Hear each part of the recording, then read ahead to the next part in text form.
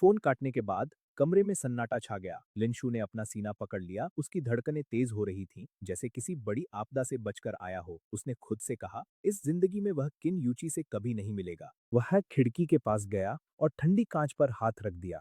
बाहर देर रात का शहर चमक रहा था, लेकिन उसके अंदर खालीपन था। इस बार सब खत्म हो जाएगा, उसने खुद से फुसफुसाया। अचानक दरवाजे पर दस्तक हुई। उसकी असिस्टेंट गाओ जिंगे खड़ी थी, सीधी, सख्त और हमेशा की तरह बिना झुके हुए।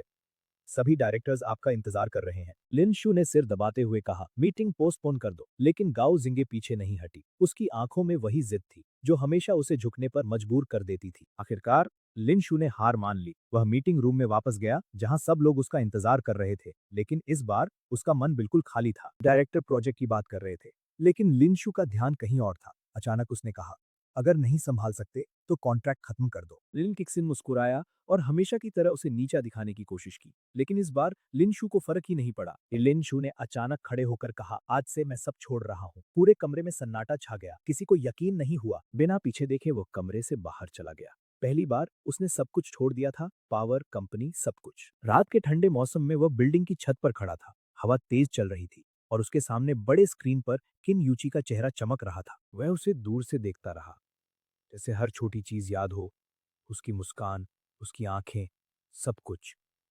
लेकिन इस बार वह पीछे नहीं भागेगा। रात के 12 बजे स्क्रीन बंद हो गई और उसी के साथ उसका अतीत भी खत्म हो गया। इसी समय किसी और जगह बियान शिंगलान अपने नए शिकार के साथ था, लेकिन वह नहीं जानता था कि आज की रात सब कुछ बदलने वाली है। जब बियान शिंगलान लिनशू के घर पहुंचा, अंदर अंधेरा और सन्नाटा था।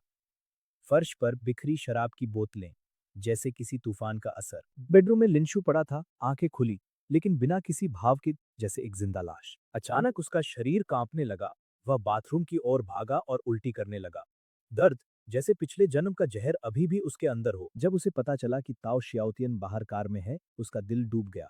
इस बार वह किसी को बर्बाद होने नहीं देगा। वह जल्दी से तैयार हुआ और उनके साथ क्लब चला गया, लेकिन जैसे ही दरवाजा खुला, उसकी सांस रुक गई। सॉरी, मैं लेट हो गया। दरवाजे पर खड़ा था किन यूची।